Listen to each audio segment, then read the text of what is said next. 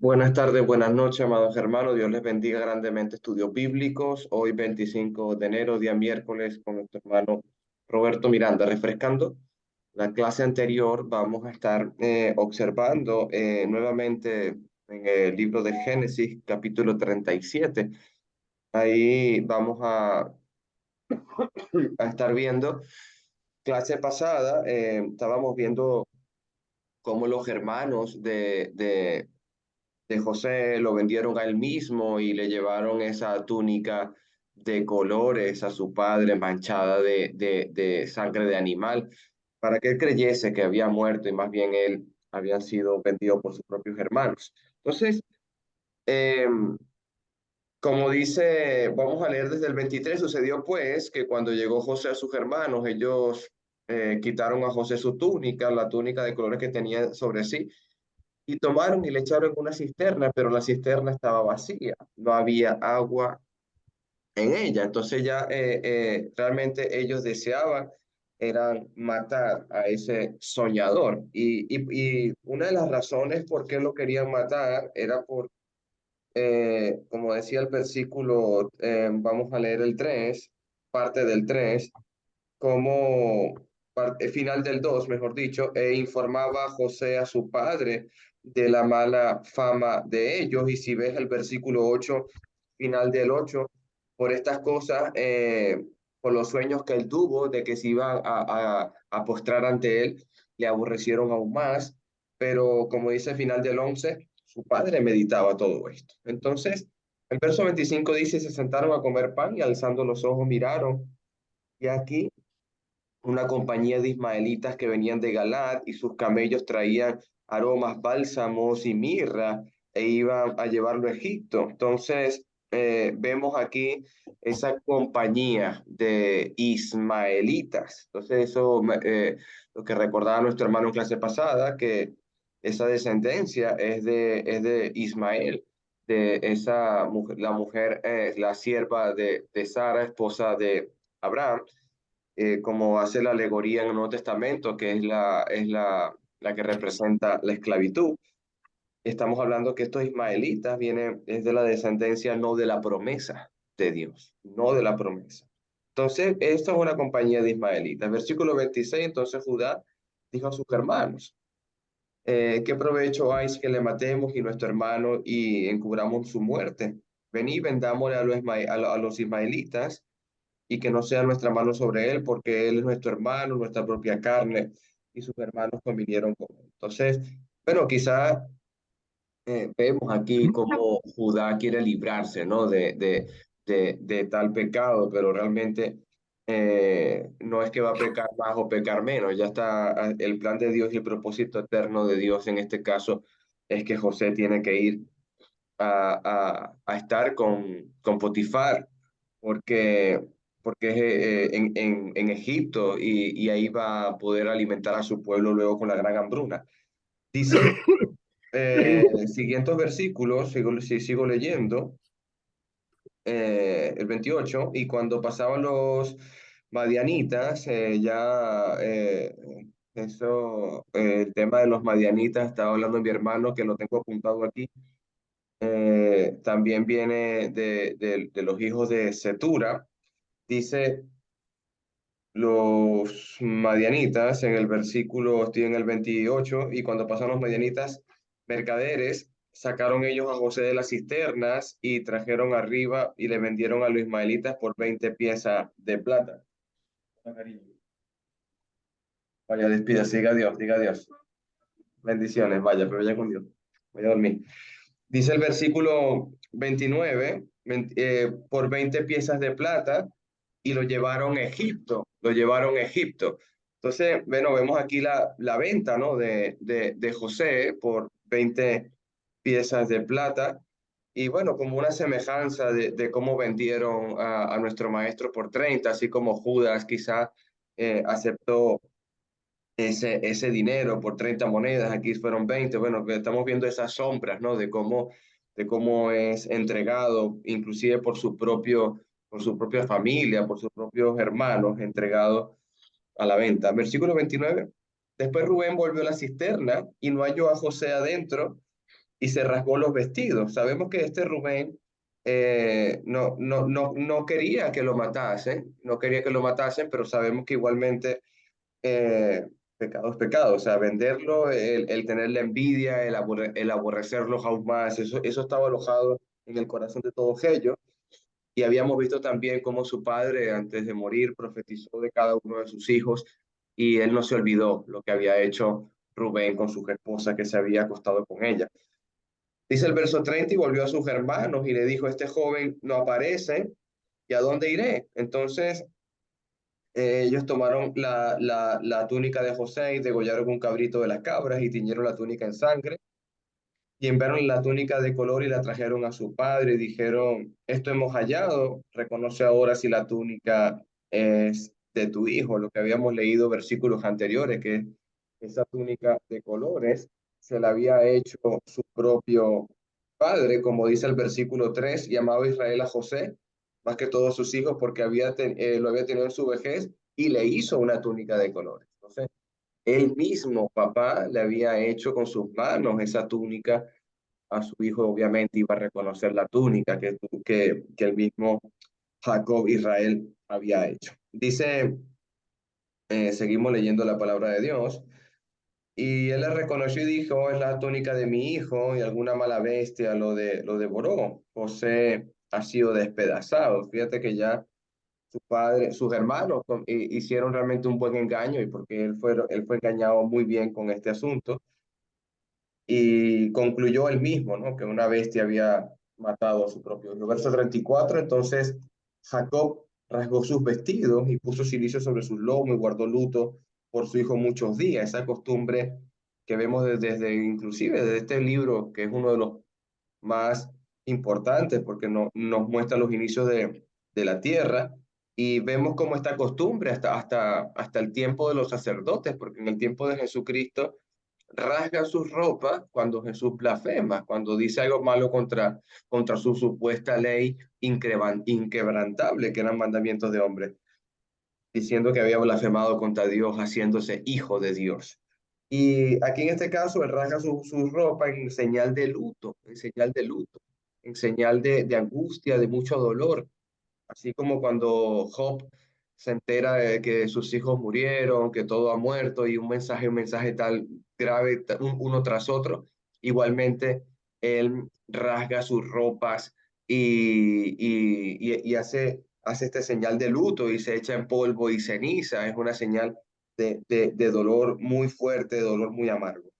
Verso 35, y se levantaron, estoy en Génesis capítulo 37, verso 35, y se levantaron todos los hijos y todas las hijas para consolarlo, mas él no quiso recibir consuelo y les dijo, descenderé enlutado a mi hijo hasta el Seol. Entonces, si lloró su padre, no quiso recibir consuelo de sus propios hijos, porque él sabía que ellos no querían a José, porque el propio Jacob, su propio padre, sabe el comportamiento de sus propios hijos acerca de que no hay un amor verdadero allí, sino que era envidia y aborrecimiento. Verso 36, los madianitas lo vendieron a Egipto a Potifar, oficial de Faraón, capitán de la guardia.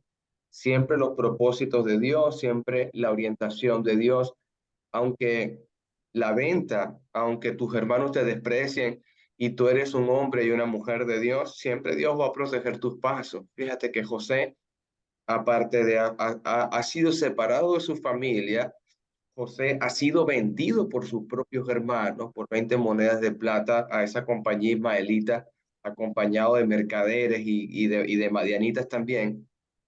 Dios tiene un plan con él. Dios tiene una maravillosa y hermosa bendición que le viene inclusive a su propio pueblo a través de la mano de José. Y luego aquí hacemos un parado y un pequeño salto, porque ahora vamos a hacer un breve un estudio del 38 de Judá y Tamar. No sé si mi hermano Roberto Miranda va a continuar. Bien. Amén. Y estoy listo, sí. Amén. Buenas tardes. Antes de seguir adelante con el capítulo 38, que es obviamente un paréntesis de la historia de José, porque, bueno, se lo entregaron a Potifar. Me encantaría saber qué pasó con Potifar, pero tenemos que esperar hasta el capítulo 39, porque el 38 está intercalado ahí en medio y por alguna razón está ahí. Pero antes de estudiar el 38, quiero que entendamos algo que es muy importante para ayudarnos a entender la escritura en general. Vayan conmigo a Hechos capítulo 17, versículo 29. Hechos 17, 29. Voy a leer. Siendo pues linaje de Dios, no debemos pensar que la naturaleza divina sea semejante a oro, plata o piedra, esculpidos por el arte o el pensamiento humano. Está hablando de Cristo.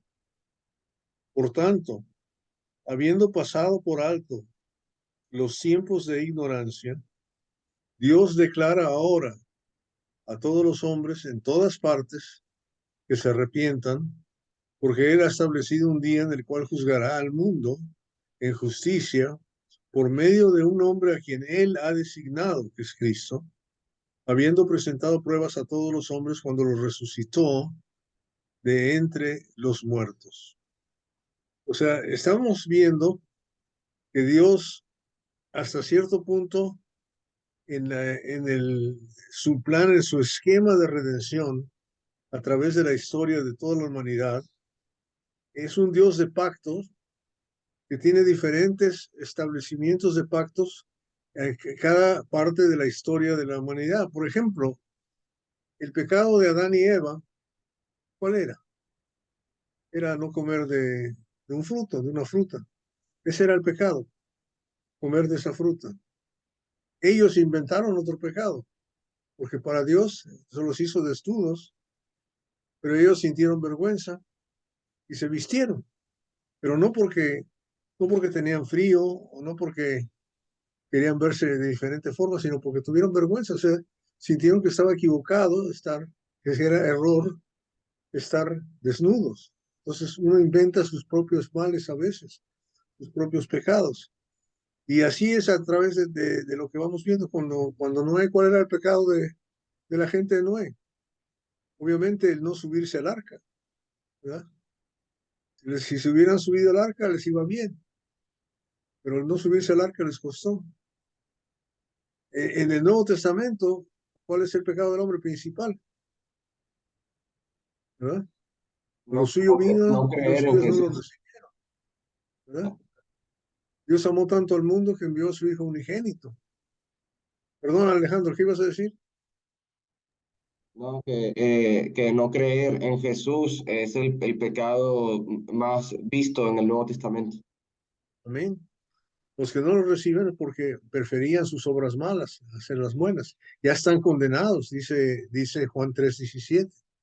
Entonces, en cada momento hay diferentes pecados y hay diferentes cosas que no son tan pecado en el plan de Dios, porque Dios tiene un plan específico para poder hacer. O sea, cuando vemos el desarrollo de la humanidad en Génesis, el casarse con una mujer no era tan importante. Podía uno tener concubinas, podía tener varias mujeres para que tuvieran hijos, pues quizás con el plan de Dios de procrear. Pero sí había pecado cuando tomamos una mujer de otro hombre, de que ya pertenecía a otra persona. Eso era un pecado, aunque no está escrita en la ley, vemos la naturaleza de lo que es moral, lo que es inmoral en cada lugar. Y aquí, cuando entendemos eso, tenemos que entender lo que estamos leyendo, porque lo más importante para Dios en su plan de Dios, de Él, es que la descendencia, ¿verdad? El linaje de Jesús fuera como Él lo había planeado, como Dios lo planeó. Y Dios planeó una descendencia específica desde Adán, ¿verdad? A través de Noé, a través de Abraham, a través de Isaac, a través de Jacob y a través de Judá, ¿verdad? Y Judá es uno de los 12 hermanos aquí que está involucrado en este asunto. No es tan bueno, ¿verdad? Intercede un poco por su hermano, pero de todos modos lo vende y de todos modos lo sale. Ahora, sabemos, porque ya hemos leído la parte adelante, que el hecho de que mandaran, fíjese bien, el hecho de que mandaran a José a Egipto no era pecado. Era plan de Dios, pero el pecado era la envidia, el pecado era el deseo de matarlo, el pecado era venderlo. Vemos algunos pecados ahí, pero no era de la otra cosa. El pecado era que Rubén se acostó con la concubina de su papá. Vamos viendo esos pecados, ¿verdad? ¿Entendemos? Entonces aquí cuando leemos esta historia, es otro boleto, porque es una historia complicada, pero tenemos que entender qué es lo bueno y qué es lo malo ante los ojos de Dios y ante el plan de Dios. Y el plan de Dios es que Judá tenga un hijo. No nos olvidemos de eso. ¿Ok?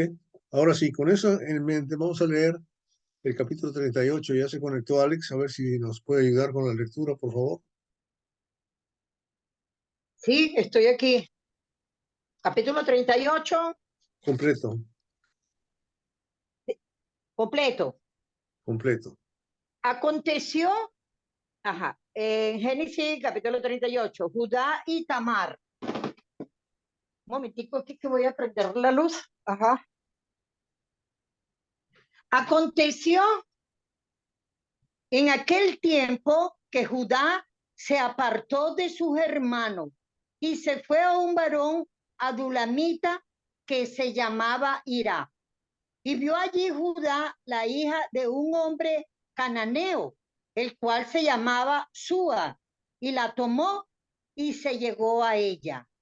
Y ella concibió y dio a luz un hijo, y llamó su nombre Concibió otra vez y dio a luz un hijo, y llamó su nombre Onán. Y volvió a concebir y dio a luz un hijo, y llamó su nombre Sela. Y estaba en Kesip cuando lo dio a luz. Después Judá tomó mujer para su primogénito la cual se llamaba Tamar. Y el primogénito de Judá, fue malo ante los ojos de Jehová y le quitó Jehová la vida. Entonces Judá dijo a Onán: llégate a la mujer de tu hermano y despósate con ella y levanta descendencia a tu hermano.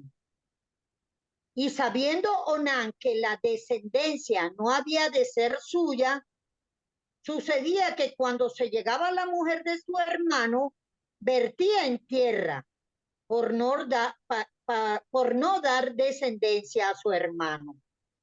Y desagradó en ojos de Jehová lo que hacía, y a él también le quitó la vida.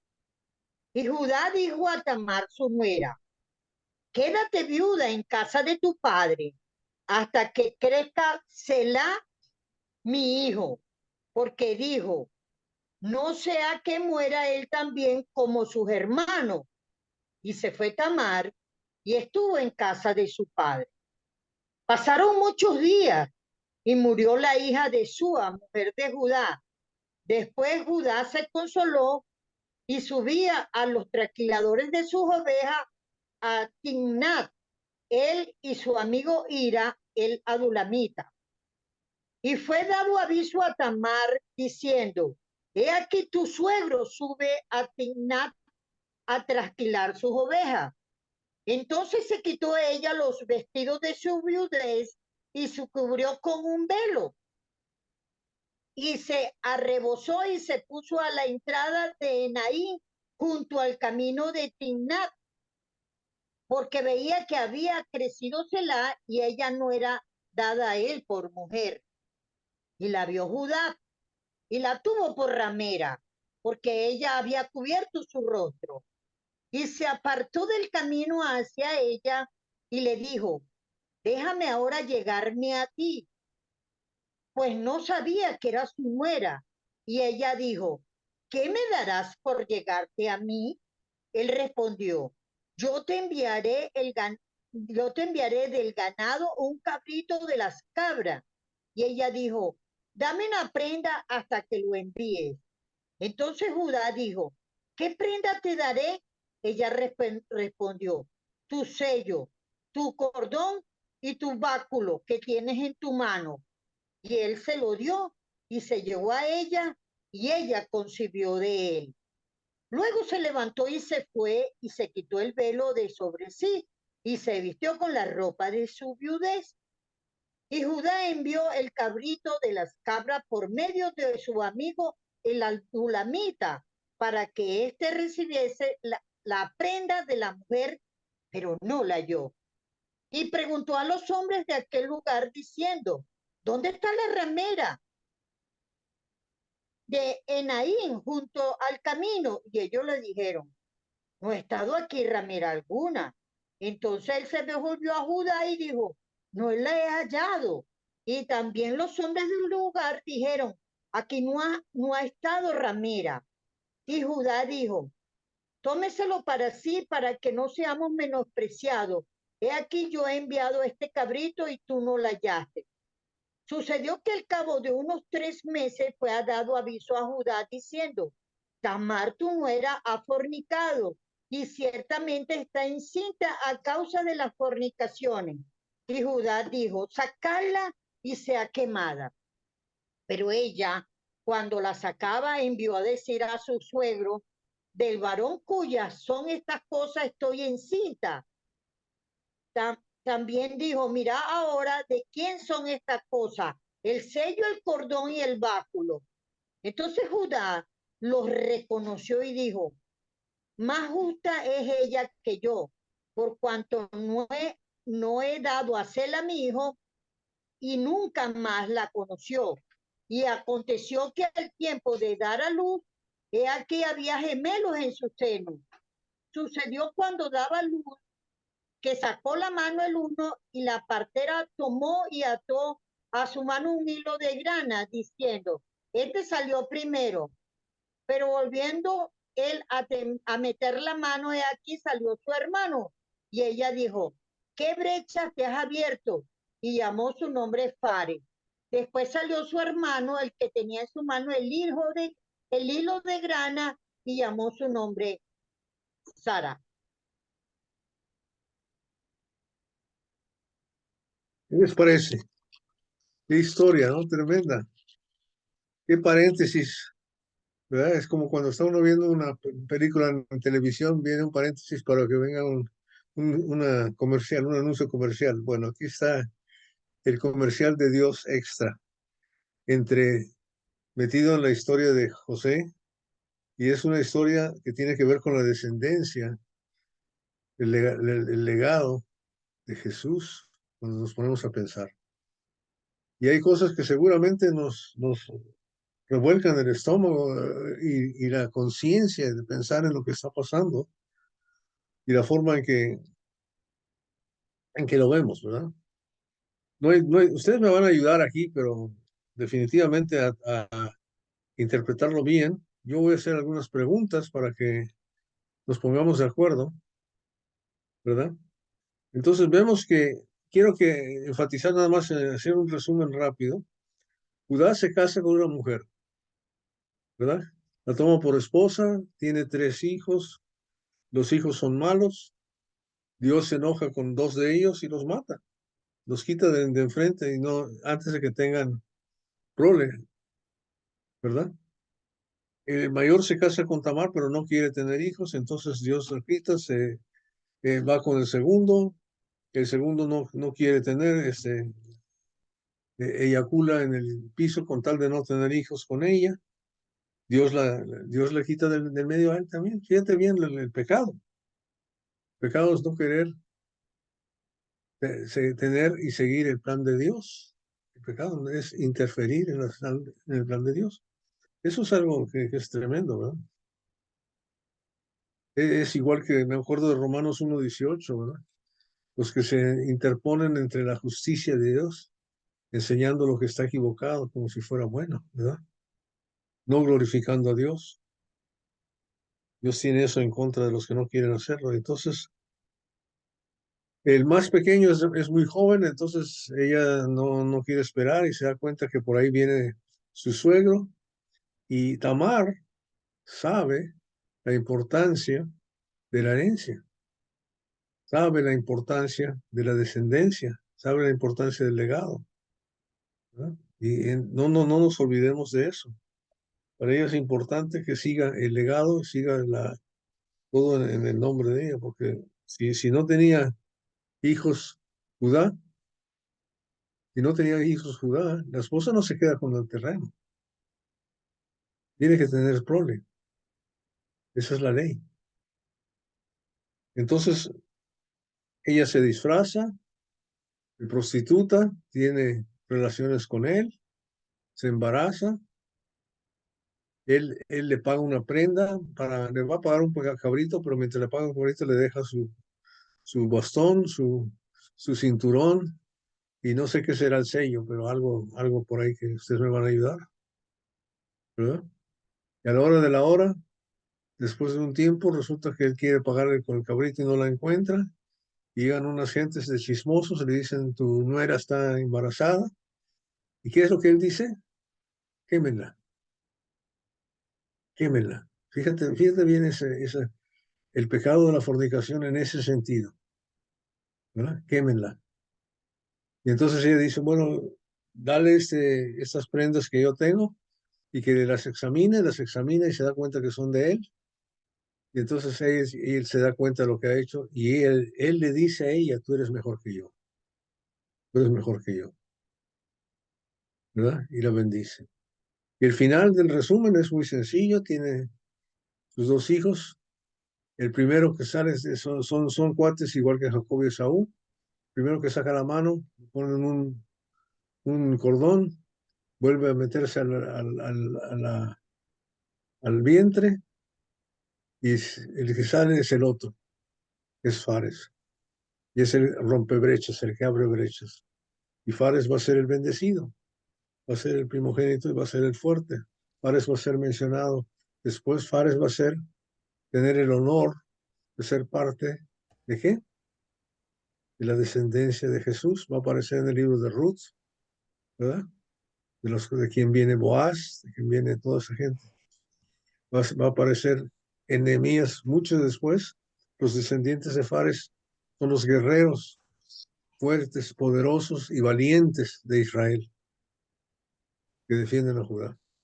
Ese es el resumen. Ahora sí, te los paso en sus comentarios para que me arreglen y pongan las cosas en orden. Vamos, les escucho.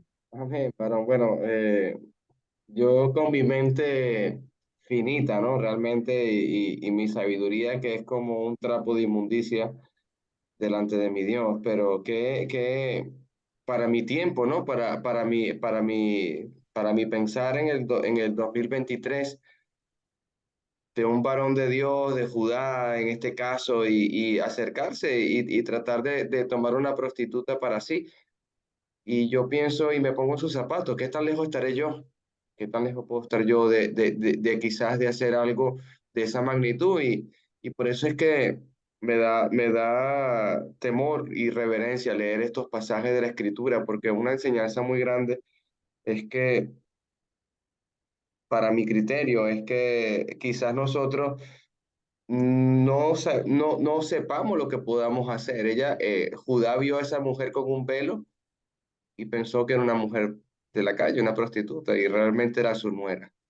Y era un propósito de Dios también. Entonces, fíjate, por eso digo que mi mente finita y mi sabiduría que no tiene relevancia con nada de la escritura, pero siempre Dios va a cumplir su propósito. Entonces, a veces queremos malinterpretar estas partes de la escritura a nuestra conveniencia, quizás para apoyar deseos desenfrenados que podamos tener. Y eso es algo que tenemos que tener cuidado. Es algo que me llamó la atención de ver aquí, Roberto.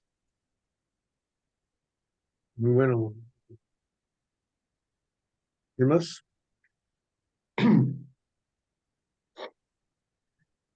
Rigoberto Chamalé. No, como dice el hermano Alejandro, hermano, en la mente de uno que es tan limitada, tan pequeña, y realmente, hermano, ver la historia de este hombre de Judá, porque él venía de una familia de principios y valores, una familia que conocía de la ley de Dios. Y desde el inicio de este capítulo, hermano, ver la situación de casarse con una cananita que él sabía desde el principio que no era de la voluntad de Dios, podemos ver la forma de cómo él viene obrando, viene actuando, sin importarle la ley de Dios, sin importar lo que Dios quería. Y lo más desgarrante, hermano, que yo veo en esta historia, y yo me pongo a pensar, casi, yo pensé que solo la historia de David era tremenda, pero ahora que estoy leyendo esta historia, este capítulo, miro que hay otro libro, hay otro capítulo más duro todavía, porque si ustedes se recuerdan las palabras de David y las palabras de Judá, Judá acá está diciendo que hay que quemarla cuando sabíamos que el único culpable ahí era, él era el culpable, porque él era el que la había embarazado. Y todo por darle rienda suelta a su deseo de la carne. Entonces, pienso, hermano, que mente la de Judá, y pienso que está la mentalidad de que muchos llegan a tener por no tener esos principios y valores que se debe de tener en el cristianismo. Que Dios nos ayude, porque como decía el hermano Alejandro, en pleno siglo en el que estamos viviendo, en el año 2023, y pensar, ponerse uno en esos zapatos, es bastante difícil. Y uno dice, ¿cómo fue que Judá cayó en este punto? Solamente, hermano. Amén. Y Rigoberto, el ejemplo de su propio hermano, que José es el contrario, pero totalmente. O sea, José deja las ropas de la esposa y de Potifar y sale corriendo. O sea, estamos hablando que es la perfección en José y lo finito y lo más carnal en Judá. Cierto, hermano. Sí, interesante. Mientras otro viene, no nos olvidemos que Judá es escogido por Dios para estar en su linaje Sí. y José no. Y hay que preguntarse por qué. Y segundo, ¿se acuerdan de ahí otra prostituta que está en el linaje ¿quién es? De Jesús? La que, Rahab. Exactamente. Rahab, ¿verdad? Bueno, Hermano José Tomás. buenas tardes, hermanos. Sí, es muy importante esta parte de este relato, eh, contemplando totalmente el plan de Dios que verdaderamente, pues, casi que podríamos decir, no entenderíamos esos planes de Dios, pero Él los trazó de esa manera, al grado que esta Tamar está mencionada aquí en la genealogía de Jesucristo. Entonces, parece que el plan de Dios es maravilloso, es grande, ese trazo que Él hace para que hoy por hoy nosotros también tengamos ese camino de salvación. Tenía que venir precisamente de todas esas situaciones que para nosotros obviamente pues es como, suena como raro, ¿no? Que estas cosas pasaran, pero ¿qué hacemos si es un plan de Dios? ¿Qué podemos hacer? ¿Verdad? Y aquí si vamos a Mateo en el capítulo 1, aquí lo menciona, mira, sí, Judá engendró de Tamar a Fares y a Zara, y Fares, etcétera, no viene esa descendencia, sí.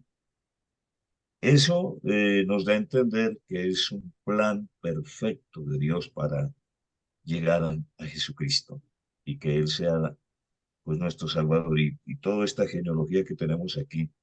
Si jamás nosotros hubiéramos puesto en una genealogía a esta mujer, ni tampoco a Rab, pero es Dios. Sí, no podemos, eh, obviamente que es muy difícil entenderlo, ¿no? Pero yo digo que si es un plan de Dios, pues Dios es el que sabe hacer las cosas para que nosotros hoy tengamos el gozo de tener al Salvador Jesucristo. Eso es lo más hermano. Alejandro. Sí, también me acordé de un comentario de Agustín, sé que está aquí presente, y, y es que Dios le da, o vemos más importancia a Dios en que cumplir sus propósitos y que el hombre o la mujer no se vaya a la idolatría o no se aparte con dioses paganos. Ahí sí Dios realmente es muy severo y celoso. Es un Dios que observamos y hemos aprendido de él, de que no acepta tal cosa, pero cuando hay problemas en cuanto a este caso que estamos leyendo con Judá y Tamar, o en el caso de David con Bexabé, y situaciones que se han presentado en como Salomón y sus esposas y sus concubinas y todas las mujeres que ha tenido, pero siempre no fue el centro de atención de Dios el pensar en allí con sus relaciones, sino era con su relación directamente con Él, y que no fueran idólatras, que no fueran a dioses paganos, ahí donde Dios era realmente severo y firme. Y con el linaje de Cristo me estoy dando cuenta que no va a permitir que nadie se interponga en esa línea para que venga su Hijo a este mundo, a salvar el mundo y a entregar su vida por él. No va a permitir que ningún hijo, ni de la misma descendencia de Judá, si los hijos de Judá no quieren, entonces su padre es el que me va a servir a mí. O sea, es como Dios da la oportunidad, pero el que no la quiere aceptar será pasado por alto, o sea, será apartado por Dios. Me llama la atención que tranquilamente los hijos de Judá podían haber tenido parte en la descendencia, y no, y por ser malos, ellos mismos fueron eliminados, ellos mismos por su conducta. Muy buen punto, José Tomás. Pero sin embargo, debemos entender algo que tenemos que aprender, y quiero que lo veamos especialmente los que somos predicadores aquí. Estamos enseñando tanto a las mujeres como a los hombres. Mire, Primera de los Corintios, capítulo 9, el apóstol Pablo dice en el versículo 16, porque si predico el Evangelio no tengo nada de qué gloriarme, pues estoy bajo el deber de hacerlo. Pues hay de mí si no predico el Evangelio. Porque si hago esto voluntariamente tengo recompensa, pero si lo hago en contra de mi voluntad, un encargo se me ha confiado. Y un poquito más adelante, el versículo 26, por tanto yo de esta manera corro, no como sin tener meta, de esta manera peleo, no como dando golpes al aire, sino que golpeo mi cuerpo, me hago esclavo, no sea que, habiendo predicado a otros, yo mismo sea descalificado. Hermanos, ¿qué nos está sorprendiendo de esta historia? ¿Qué hizo Judas Iscariote? ¿Ustedes creen que Judas Iscariote no andaba predicando? ¿Ustedes creen que Judas Iscariote no hacía milagros? ¿Ustedes creen que Judas Iscariote no bautizaba gente? No el bautismo de Juan, pero lo hacían los discípulos de Jesús. Sí, ¿verdad? ¿Y cómo acabó? Y Pedro, el apóstol Pedro, si no se hubiera arrepentido, ¿cómo hubiera acabado? Y de todos modos, Dios lo ha usado. Desde antes que lo negara, Jesús le dijo, Dios te ha escogido, te ha llamado. Entonces Dios llama y usa lo que quiere. Si puede hacer que las piedras hablen, puede usar, puede usar el peor del ser humano, de lo peor para hacer su voluntad. Y no nos olvidemos que en esta historia el protagonista principal es Dios. Y lo estamos diciendo, todos ustedes lo están diciendo, ¿verdad? El protagonista principal es Dios. Pero una lección que tenemos que aprender es que no por nuestra justicia, no por nuestro comportamiento, no por nuestra calidad de ser humano, es que somos escogidos o llamados por Dios. Porque Dios puede usar, ¿verdad? Lo peor, lo absolutamente más sucio y cochino y feo y odioso del mundo para llevar a cabo su voluntad. Y creo que eso es algo que debemos aprender. ¿Qué más aprendemos aquí? Quiero escuchar. Hermano Fidel, que está bien, se lo veo muy pensativo. Ahí hay que tomar en cuenta que se le murió la esposa a Judá también. Eso es un punto que él perdió a su esposa, como dice aquí, pasaron muchos días y murió la hija de Súa, la mujer de Judá. Y después Judá se consoló y subía a los trasquiladores de las ovejas en Timar y su amigo Ira el Judalmita. Estamos hablando de que también ha pasado o está en dolor también de luto y es algo que, que está en la palabra que estamos viendo aquí. Inclusive, él sabe lo que es perder a un familiar, igualmente no lo había vivido como lo vivió su padre, ¿no? Al perder a José porque lo amaba y lo quería y se rasgó sus vestidos, se puso en polvo y ceniza, pero dice la palabra que guardó luto por ella. Muy buen punto también. O sea, tampoco era tan, o sea, no estaba adulterando, vaya. No, Pero sí, o sea, tenía intención Judá de tener prole para seguir con la descendencia. No, no, no. no había ningún plan de eso. No, de menos no está escrito aquí.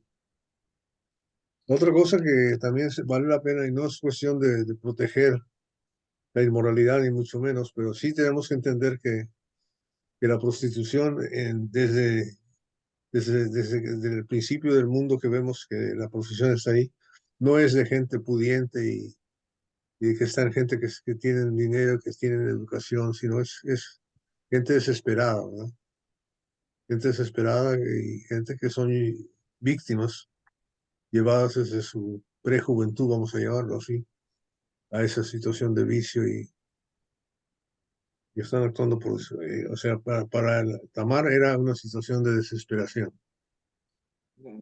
Que su primer esposo la trataba mal porque decía la palabra que era un hombre malo y Dios le quitó la vida.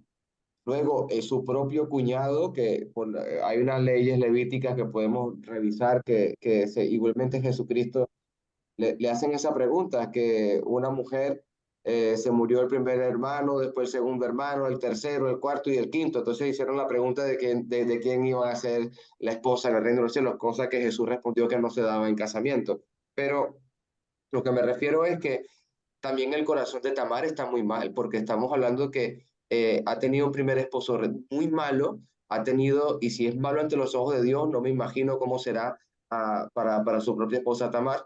Luego su cuñado también no la valoraba, o sea, estamos hablando que un hombre que no la ama, que no la quiere, o sea, se acuesta con ella y vierte en tierra, eso es algo despiadado, desconsolador, o sea, no te valora como mujer porque la mujer era enaltecida, era valorada y era querida por Dios, inclusive ella se sentía así cuando daban a luz. Entonces es uno de los mejores regalos que ellas podían tener. Y estamos hablando que son dos situaciones o dos matrimonios que ha pasado en su vida, que esa mujer, Dios le está dando una tercera oportunidad. Pienso que ya Dios muestra su misericordia en este pasaje. Veo la misericordia de Dios con Tamar. Sí, gracias. El otro Alejandro Luis, ¿tiene algún comentario? Bueno, Roberto Palomares, Irán, Lenín. Omega, hermano, buenas noches. Bendiciones a todos.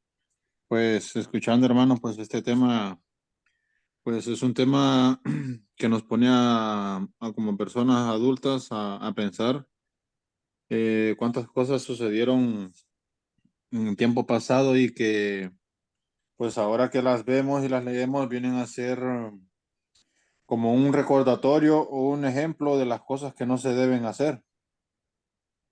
Y, y que pues tomando el comentario del hermano que mencionaba ahí de que pues si antiguamente no era permitido hacer ese tipo de cosas, mucho menos ahora. Entonces, tenemos ejemplos, muchos, para reflexionar y hacer conciencia como hermanos, como hijos de Cristo y como seres humanos, para aprender a valorar lo que es a nuestras esposas y nuestra familia, hermano.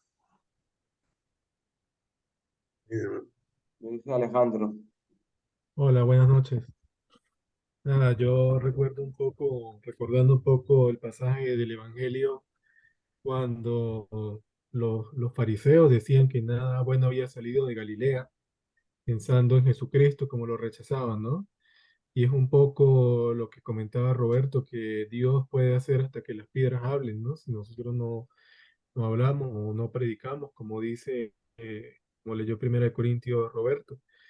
Y es una muestra más desde el principio, quizá pensando en esto de la sombra, desde el comienzo mismo del origen de la vida, como Dios ha usado lo más sencillo o lo menospreciado de la sociedad, ¿no? Para ponerlo por encima de lo embelesado, de lo que en teoría sería como lo llamado a ser el embajador de Dios y cómo Dios nos ha rescatado también de las vidas que teníamos, nos ha trasladado y nos ha puesto en esta posición pues, de ser llamados hijos suyos, eh, descendientes de Él y partícipes, copartícipes de la salvación, ¿no? De la vida eterna.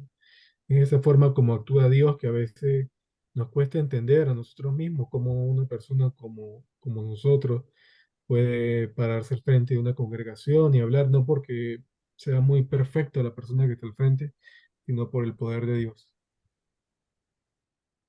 Buen comentario, hermano. Gracias. También gracias a Lenín, a todos ustedes. ¿Alguien más? Hermano Roberto, y Sí. cuando se estaba leyendo este capítulo, a veces uno dice, ¿por qué no solo especifica la genealogía? ¿Por qué cuenta la Biblia este libro, este capítulo, toda la historia? Y meditando en todo lo que el capítulo acabamos de leer, nos enseña que el propósito de Dios es más grande de lo que la mente humana puede tener.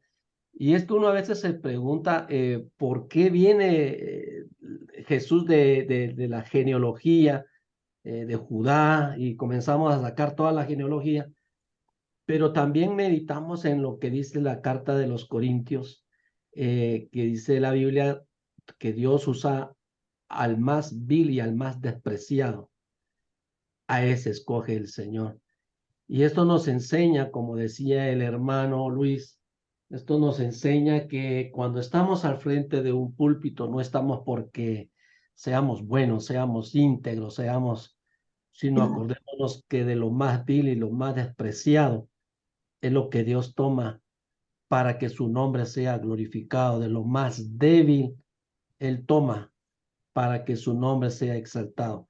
Y a veces no entendemos nosotros, porque nuestra mente, como decía el hermano Alejandro, nuestra mente es tan limitada, nuestra mente es tan pequeña a la comparación de la mente de Dios, pero los propósitos de Dios son perfectos, porque hay cosas que a veces nosotros no las comprendemos y no las entendemos, pero lo importante es que son propósitos de Dios y Él sabe por qué. Hermano, Amén, hermano Roberto. Hermano José. sí, y pues lo que estamos aprendiendo, ¿no? El propósito de Dios es lo que escribe el apóstol Pablo también ahí en la 1 Corintios, que me parece muy maravilloso, dice, ¿no? A fin de que nadie se jacte, ¿sí? De que nadie se levante altivo, orgulloso, ¿no? De lo que no sabe. Aquí lo dice perfectamente, a fin de todo eso, ¿no?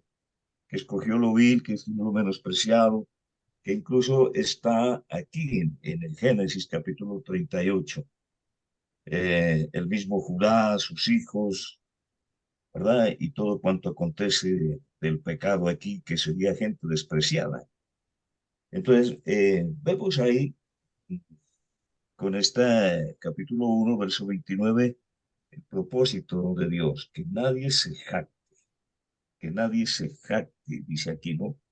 En su presencia. ¿Qué tal nosotros altivos y orgullosos delante de Dios? no es correcto, ¿sí? Que somos predicadores de la palabra, pero nos está enseñando desde allá mismo, nos enseña lo sencillo que debemos ser nosotros como predicadores del Evangelio de Cristo, ¿sí? No por ningún título que tengamos. Si tiene los títulos, pues bien, está muy bien. Pero Dios dice que nadie se jacte. Y por eso toda esta situación que estamos mirando desde el Génesis, de Judá y toda su pueblo en ese momento. Gracias, hermano. Gracias, hermano Alejandro, y después Luis. Los dos Sí, Alejandro.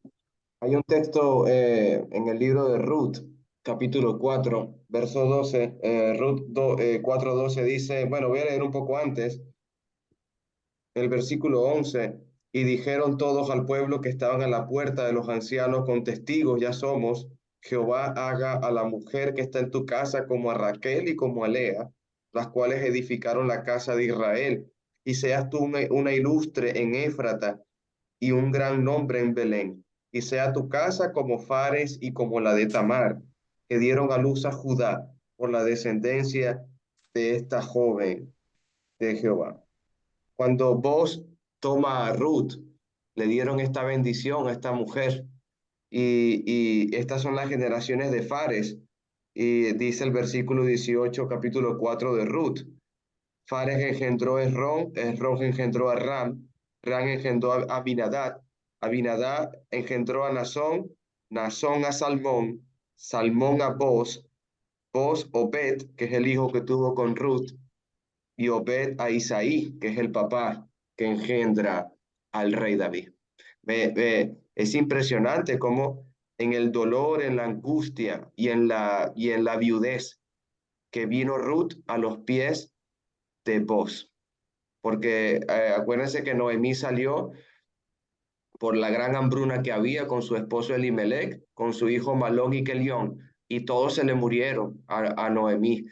Y sus nueras lloraron amargamente, pero Ruth juró estar con ella siempre, un juramento de amor muy hermoso. Y todo tiene un propósito, con mucho dolor, con mucha viudez, pero con recompensa. Y ahora estoy leyendo Tamar, ahora entendí un poco más de cómo es la misericordia de Dios. Dentro de un maltrato matrimonial, un segundo maltrato matrimonial, Dios recompensa y da alegría al corazón de Tamar. Amén, gracias. Quería hacerle una pregunta al hermano Roberto. No sé si de alguna manera podemos comparar esta situación de Tamar como un predecesor de la gracia de Dios, en el sentido de que esta mujer había sufrido tanto que prácticamente estaba al punto de muerte, ya al punto de muerte cuando le descubren que está encinta. Y el Señor no solamente le salva, sino que le permite que engendre el hijo. O sea, vamos, de la muerte resulta una persona que va a estar en la genealogía de Cristo. No sé si de alguna forma podría ser como un predecesor, una proto, Una un sombra. predecesor de la gracia de Dios. Amén. Muy buen punto, Alejandro, obviamente. Y le dio doble bendición porque le dio dos hijos en ese uno.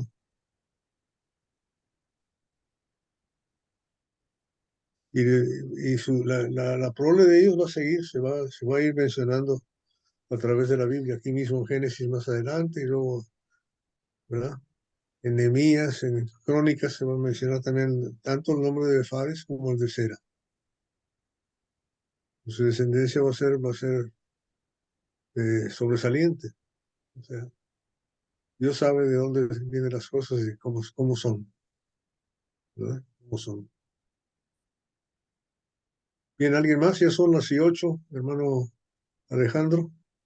Amén, hermanito Roberto, hermano Ahora Fidel, por favor, Fidel. sí. Buenas tardes, hermano. Dios los bendiga. Un poquito del internet malo, pero ahí vamos. Bueno, esto es parte también de lo que habla el Nuevo Testamento sobre los hijos de desobediencia. Esto nos lleva a nosotros a pensar, bueno, que muchas veces creemos que detrás de un púlpito o en la misma congregación o los hermanos están haciendo todo bien, pero queremos engañar a Dios. Y eso fue lo que pasó allí, me imagino yo también. Querían engañar a Dios, creían que estaban engañando a Dios y a Dios no se engaña. Y cuando añadimos costumbres, porque son costumbres, a lo que es la verdadera doctrina de Cristo, cuando añadimos costumbres a la verdadera Cristo, la verdadera doctrina de Cristo, comenzamos a poner turbio lo que es el nombre de Jesús. Y cuando practicamos un evangelio diferente, como dice la palabra de Dios, un evangelio diferente al que está escrito aquí, como dice Pablo, también eso nos lleva a la condenación. Y donde hablamos en 1 Corintios capítulo 9, verso 14, que así también ordenó el Señor a los que anuncian el evangelio, que vivan del evangelio, pero yo de nada de esto me he aprovechado, ni tampoco he escrito esto para que se haga así conmigo, porque prefiero morir antes que nadie desvanezca en mi gloria. O sea, vemos claramente el deseo de Pablo, que le hablaba a la iglesia de Corintios. Mira, que él iba a morir pero que no iba a desvanecer lo que el Señor le había dicho en el capítulos anteriores. O sea, que era lo que estaba escrito, lo que él iba a seguir y lo que iba a predicar, y que de ahí no iba a salir. Y eso es lo que el ejemplo que él estaba colocando. Igualmente que en el capítulo 12, cuando habla de los dones espirituales, dice, aquí ve la misericordia, dice, antes bien, los miembros del cuerpo que padecen más débiles son los más necesarios. Nosotros tenemos que no podemos desechar, y eso fue lo que pasó allí. Había un hombre débil como Judá, pues, que hizo lo malo. Pero mira, como dijo el hermano eh, Roberto, que bueno, que quien él estaba escogido. Y nosotros no podemos menospreciar a un escogido de Dios. No podemos menospreciarlo. Lo que hay es que guiarlo, lo que hay que fundamentarlo bajo la roca, piedra angular con Cristo Jesús. Esa es mi opinión, mi hermano. Amén. ¿Algo más que añadir, hermanito Roberto Miranda? Gracias a ustedes, hermanos. Amén. Bueno, vamos a parar aquí. Bueno, damos